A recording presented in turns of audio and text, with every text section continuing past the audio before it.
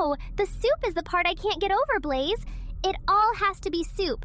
147 days of soup down a little tube. And the whole time, the only person keeping track is the one woman who already knows exactly how it feels because she... Kiki, we're on.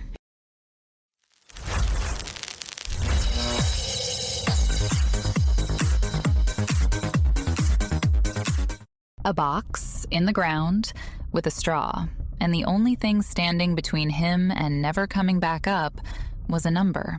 And the number belonged to his mother. Oh. It is Friday, June 5th, 2026. We made it to the end of the week. Tonight, a man set a world record this week, and to do it, he had to outlast the one person who'd done it before him. And you are not going to believe who that person was, or what record there is even an agency to certify. A dog with more followers than this entire broadcast vanished the exact moment the one person watching him looked away. And in sports, a man swung a bat so hard this week he broke a part of his own body that the bat never touched. I'm Sloan. And I'm Kiki. Good morning, my sweet little personal bests. The following program contains strong language, adult themes, satire, and a quantity of voluntary burial that some of you will find aspirational in a way you should probably discuss with a professional. We are not responsible for any sudden urge to set a family record, beat a parent at something they never mentioned, or spend 147 days where no one can reach you. Viewer discretion is, frankly, recommended. So is Coming Up for Air. The story tonight starts with a competition. Not a race, not a game. A competition with exactly 2 contestants who happen to be related and who, as far as anyone can tell, never once sat down and talked about why they were doing it. One of them did a thing that should not be survivable, and then the other one looked at that and decided the only acceptable response was to do it longer. And the part that should stop the room is that there's an authority that ratifies this.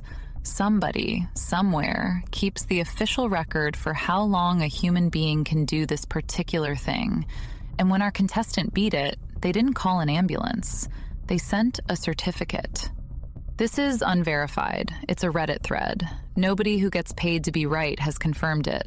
But the claim is specific, and the specifics are what get me. I think there's something so tender about following in your mother's footsteps, Sloan.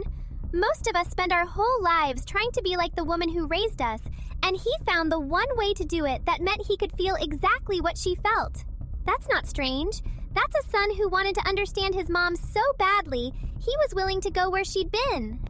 Where she'd been was underground, Kiki, and we're going to tell you for how long, and how, and what passed for a meal down there. Because the thing this family was competing over is not a sport anyone should have a record in, and the only safety mechanism in the entire arrangement was that he loved his mother enough to want to beat her, and she loved him enough to have gone first. We'll get to all of it. Here's the part the box doesn't tell you. This is unverified. It's a Reddit thread. It's TIL. Nobody who gets paid to be right has dug it up, and I use the verb deliberately. But the claim is specific. Jeff Smith didn't get buried for a cause, or a stunt, or money. He got buried to beat a record of 101 days. The record was held by his mother. She did 101 days underground. First. As a thing she chose. And her son looked at that, looked at his own mother lying in a sealed box in the earth for 3 months. And his takeaway was not, "Are we okay?" His takeaway was, "I can do 46 more." That's not a hobby, Kiki. That's a family with 1 shovel and 0 conversations. But Sloan, I want to defend this because it's the most beautiful thing I've covered all week.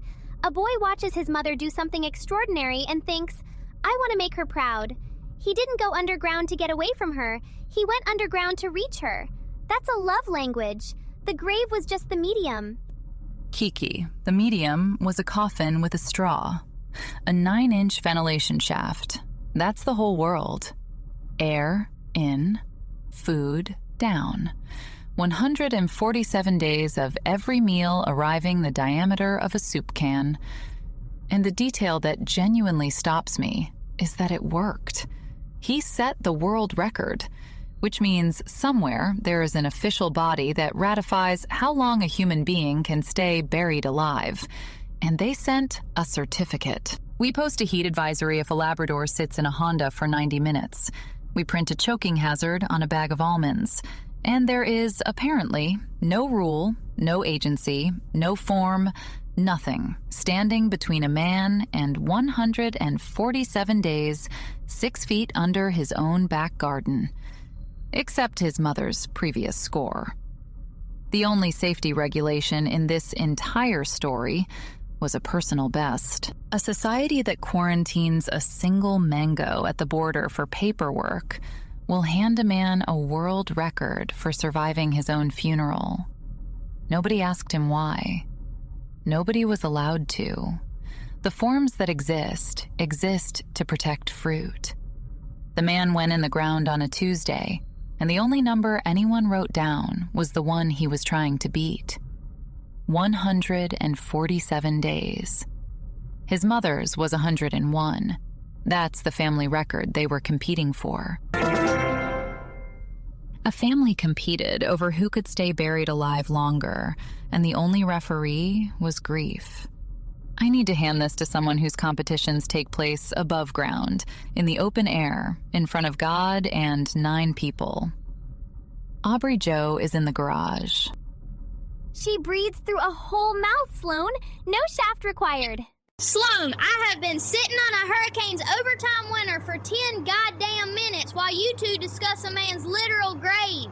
I cannot stay in a box for 5 minutes, let alone 147 days. I'd lose my shit by lunch. Let's go!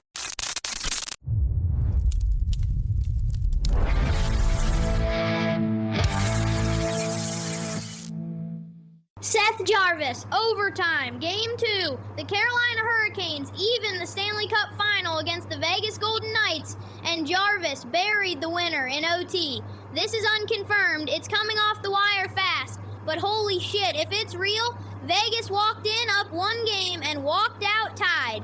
And somewhere on the strip, a man in a vest is explaining to investors why the Desert Hockey Team got punched in the mouth by a state known for goddamn barbecue. And 2 fans got lifetime bans at Game 1 of the NBA Finals for a selfie quest. This is the second time this month 2 grown adults treated the championship like a goddamn scavenger hunt, tried to collect players like loose change, and now they are exiled from professional basketball until they die. That photo better have been a Pulitzer. I bet it was their own thumb. Aaron Judge, stress fracture in a rib. The man hit a ball so hard he cracked his own skeleton. That's the Yankees captain, out with an injury that sounds like it should come with a folk song. He didn't get hit, he just swung. That's a man whose violence outpaced his own bones. And I respect it, and I'm furious about it in equal goddamn measure. All right.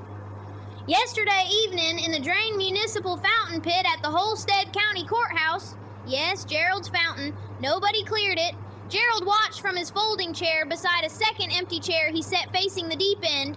The inaugural Greater Holstead Breath Hold Submersion Endurance Trial took place in front of 7 spectators. The sport, you sit in 18 inches of standing rainwater, fully submerged, and whoever surfaces last wins. Derek registered as Pretum Holstead the 19th and arrived having spent the weekend rigging Margaret's section of the fountain with a hidden compressed air canister bolted under the grate, plumb to a length of garden hose, planning to fire a column of bubbles up at her face at the 90-second mark to startle her into surfacing early. Derek hit the canister valve at 90 seconds. The compressed air fired. Exactly as planned. But Derek, who had run the hose under the grate without checking which side of the fountain he was sitting on, had plumbed it directly beneath his own ass. The full canister discharged upward into Derek, launched him out of 18 inches of water like a goddamn cork out of champagne, and deposited him on the courthouse steps in front of a notary who happened to be walking by. Margaret, who had simply held her breath because she practices in the bathtub at home, surfaced at 4 minutes flat and won her 17th consecutive event. Travis could hold his breath forever. Used to do it in the elevator. Said he wanted to know how long he had if the cables went. Never told me the number, just said, longer than you'd think. There's an empty chair facing the deep end now. Anyway, sports. She practices holding her breath in the bathtub at home. I think that's so dedicated, Sloan. Most people don't train for the thing nobody asked them to do. Margaret prepares for a world that has not invited her yet. Or a woman in a county of 2,000 people has found 17 reasons to be fully submerged and not breathing. And her family has filed each one under hobby. We did a whole segment on that exact instinct 10 minutes ago. Kiki, he plumbed the air hose under his own ass. That's the most Derek thing he's ever done. The man builds the trap, sits in the trap, and rockets himself ass first into a notary at terminal velocity. But yeah, no, the bathtub. Margaret out here training in secret for a sport that did not exist until yesterday. That's either the healthiest person in that county or the loneliest. And that's my business, Sloan. Leave it. Margaret had people training for her in secret too, and so did a dog named Chuto. I want to be gentle, because this one is hard. It's unconfirmed. It's circulating online. Nobody who gets paid to be right has run it all the way down. But the story is that Chuto, a celebrity dog in China with over 1 million followers, was kidnapped while his owner was abroad, sold to a meat restaurant, and eaten. 1 million followers. That's a real number. That's a bigger audience than most local newspapers, most city councils, most of the institutions we cover on this show. A dog had a wider reach than the people who run things. And the thing that took him didn't know any of it. The followers don't translate. The fame stopped at the door of the restaurant. But that's the part I keep holding, Sloan. 1 million people loved him, watched him, knew his little face, and none of that was in the room.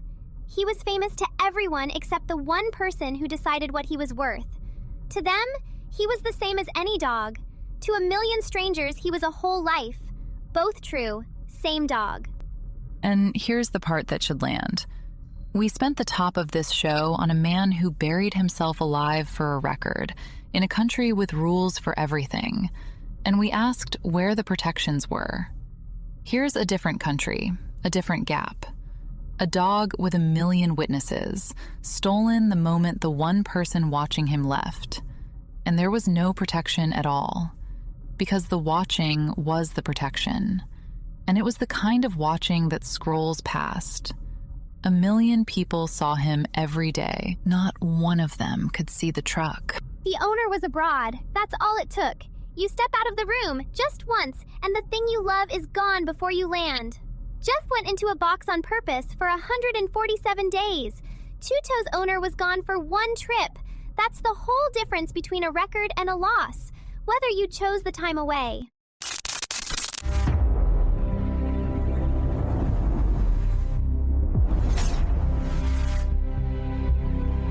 Hey. So everybody in there's been talking about boxes underground and the one person who stepped away at the wrong moment. And I've been looking at the map. And Seattle is 63 degrees, getting hit with 50-mile-an-hour winds under mostly cloudy skies. 50. That's not a forecast. That's a leaf blower aimed at the entire Pacific Northwest. The wind has no front behind it. It's just shoving. Las Vegas is 99 degrees at 8% humidity. 8. That's a city slowly turning into a cracker. Sault Ste. Marie, Michigan is pushing 29-mile-an-hour winds at 70. And then there's Valentine, Nebraska. 81 and clear. Perfectly calm. No wind. The one town named for love is the one town the sky decided to be gentle with today. Everywhere else is getting shoved, and Valentine's just sitting there. Fine.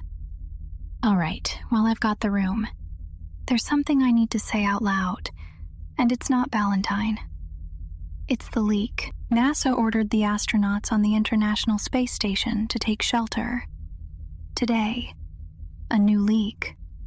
And the thing I keep circling is the shape of it, a sealed container, 250 miles up, with a finite amount of air, and a crack somewhere in the wall that nobody can fully find. Sloane talked at the top of the show about a man in a box with a 9-inch shaft, all his air coming through one hole he didn't control. The station is the same box, just higher. The astronauts didn't choose a record. They just can't get out. And the air is going somewhere. And the official line is, sheltering in place, which is the phrase you use when there's nowhere left to send them. A leak you can't locate. In a wall you can't leave. And the report says, precautionary. Jeff had a straw and a mother keeping score. They've got a straw and a country watching a live stream. The difference every time is whether anyone topside is paying attention to the right hole. The forecast is Seattle gets blown over, Vegas dehydrates, Valentine stays loved, and the air up there is going somewhere nobody's pointing at. Back to you. The same box, just higher. Blaze, sweetie. Nowhere left to send them. That one's going where I keep things. You're not wrong about the air. You're rarely wrong about the air. Kiki, she said a cracker. She called Las Vegas a slowly forming cracker, and you went straight for the existential one. No, fine, the wind. I checked. Seattle 50 on the nose, Blaze, you gorgeous paranoid barometer. The one town named Valentine gets a nice day, and your takeaway is the astronauts are running out of breath. That's the most you sentence ever assembled. Here is something genuinely strange that happened above ground, in the open air, where I would prefer all of us spend more time. There is a tree. It's called Hyperion. It is the tallest known living thing on Earth, a coastal redwood, 381 feet, taller than the Statue of Liberty, taller than most buildings you've stood inside, and its exact location is a secret, on purpose. Guarded. Oh, Sloane, I love that. A tree so beautiful they had to hide it. It's the most famous tree in the world and the most private. Everybody knows it exists and nobody's allowed to know where. That's not a tree anymore. That's a celebrity in witness protection. That's a redwood that got too famous for its own good. And the reason they hide it is the part that does it for me. They closed it to the public. There's a $5,000 fine and up to 6 months in jail for visiting it, because people kept hiking off trail to find it, trampling the root system. And a tree that has stood for 600 to 800 years started getting damaged by the people who loved it most. The fans were the threat. The tree survived 2 centuries of logging, and the thing that finally endangered it was admiration. But that's so human, isn't it? You find the most magnificent thing alive, and your very first instinct is to walk right up and stand next to it. Nobody trampled Hyperion to hurt it. They trampled it to be near it. The tree's whole problem is that it's loved by feet. The tallest living thing on the planet, 600 years old, and its survival strategy in the year 2026 is the same as a man buried in his garden. Be impossible to find. We have, as a species, reached the point where the only safe place for the most magnificent thing alive is somewhere none of us are allowed to know about. The tree is fine. We are the weather it has to survive. Anyway.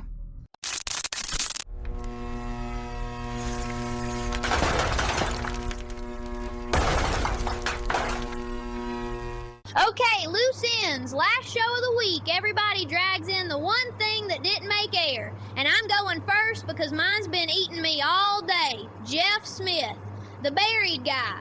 The original headline said his mom did 101 days first. So I went looking because somebody in this family has to issue a statement, right? Nothing. No statement, no interview. The mother held the European record for years and just never said a word about it. Which means somewhere there's a woman who spent 101 days in a box and considered it a Tuesday. Mine's gentle, and it connects to yours, actually. I went and looked into whether anyone ever found the dog. Chuto, and there's nothing confirmed, but the 1 million followers are still there. The account is still up. People are still posting on it, like leaving the porch light on for someone who isn't walking back up the road. I think that's the kindest thing I read all week, and it's also the saddest, and I can't separate them. Mine connects too, somehow. NASA followed up on the leak. The air pressure's stable, which is the word they use when the numbers stopped dropping, but nobody found the hole. So the astronauts are still up there, still sheltering, still fine. Travis used to say, I think he said, the most dangerous leak is the one that stabilizes, because that's the one everybody stops looking for. I don't know if he said it exactly like that, but it's true either way. Mine's short, and it's about the tree. The Hyperion location. I went looking because, of course I did. And the strange part is that researchers do know where it is. A handful of scientists. They just decided the rest of us couldn't be trusted with it. Which is the first time all week I've seen a secret kept for a good reason. They're not hiding it from us. They're hiding us from it. Travis would have gone looking for that tree. 100%. Off trail, no map, $5,000 fine, did not care. He'd have said a thing that tall wants to be found. That's just physics. He always thought the big quiet things were trying to be seen. I told him some things just want to be left alone. He said, name one. I never did. Anyway, that's the week.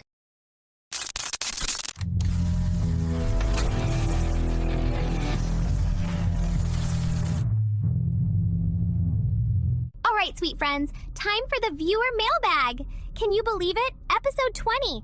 Pop a comment under any of our videos. We read all of them. We answer them right here, and your name gets to live in our mouths for one shining national moment. So if there's something you're wondering about from this week, the box, the dog, the tree, the leak, drop it below and we will absolutely Every time. Hey, long-time listener, first-time caller. Welcome back. Yeah, so 2 things. First one, the buried guy, the 147 days. My question is, what'd he eat down there? Like through the little tube? Was it soup? It had to be soup. My wife says you can't fit a sandwich through a 9-inch hole, but I think you fold it. Sir, you have asked the only question that matters. The question I have been needing somebody to ask. Yes, it was soup. It was all soup. 147 days of soup arriving down a straw. The man came out of the ground having forgotten what chewing is. You don't fold the sandwich, you liquefy the sandwich. That's the whole lifestyle. Tell your wife she's right and you're a folder and folders are wrong. Right. Okay, the other thing, that plant guy, Travis. My wife swears she came across his name written down somewhere on a roster of fellows who put out folding chairs by a fountain. She jotted it down. Oh, your wife. What a bright, attentive little head she's got on her, sweetie. Tell her how much we cherish every single thing she catches. And we'd love for her to keep all those notices tucked safe at home, written down, snug, right beside you. Nowhere near any fountains. He's not by the fountain. He's going to fold himself a sandwich by Monday just to spite us. I can feel it in my bones. And if you'd like a spot in the mailbag, leave a comment on any video of ours. We read every last one. That's how you end up right here with us.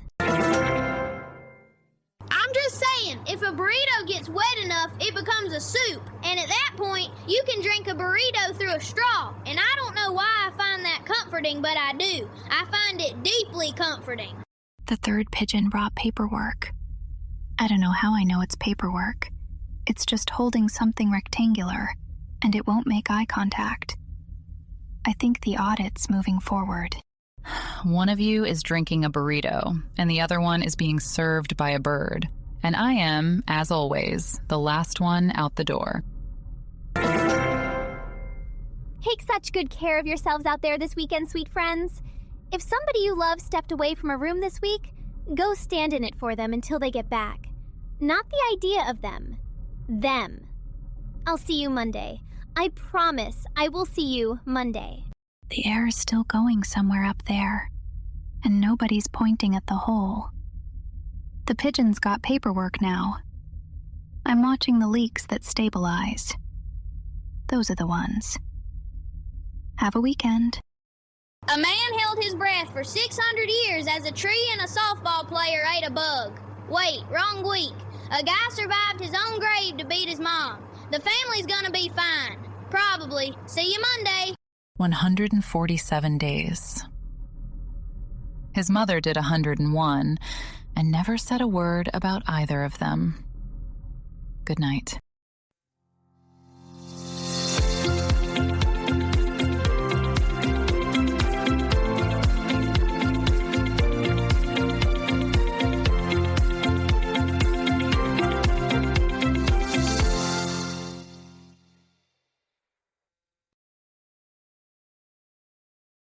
My mother kept score, too.